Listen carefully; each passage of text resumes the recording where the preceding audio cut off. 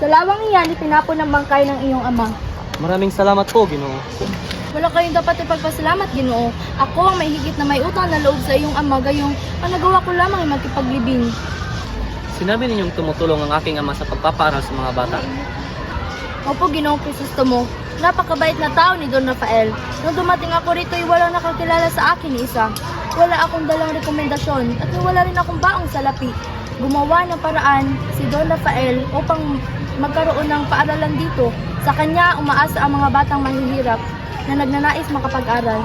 Nawalan sila ng interes dahil kulang sila sa panghihikayat mula sa kanilang mga magulang. At kung may mga bata namang nagnanais makapag-aral ay nagiging sagabal naman sa kanilang kahirapan. Isa pa'y kailangang maiwas to at may saayos sa pagtuturo. Nakasanayan ng mga batang magsaulo. Sa halip na unawaing mabuti ang pinag-aralan.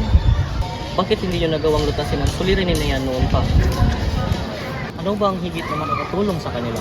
Naniniwala po ako na nakakatulong kung ang mga mag-aaral ay magkakaroon ng isang gusali na paaralan.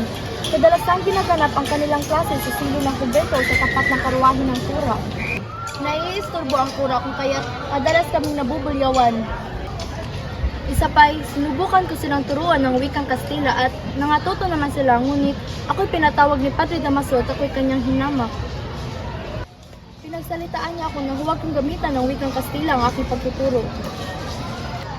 Nais kong ipamukha kay Padre Damaso ang aking katwiran, ngunit agad akong naawat ng Sakristan Mayor. Tunay nga makapangyarihan si Padre Damaso, sapagkat siya'y may maraming salapi at nakasadang sa malaking korporasyon. Anong magiging laban ko sa kanya, gayong siya ang taga-pirma upang makuha ko ang aking kakarampot na sweldo? Anong ipapakain ko sa aking ina?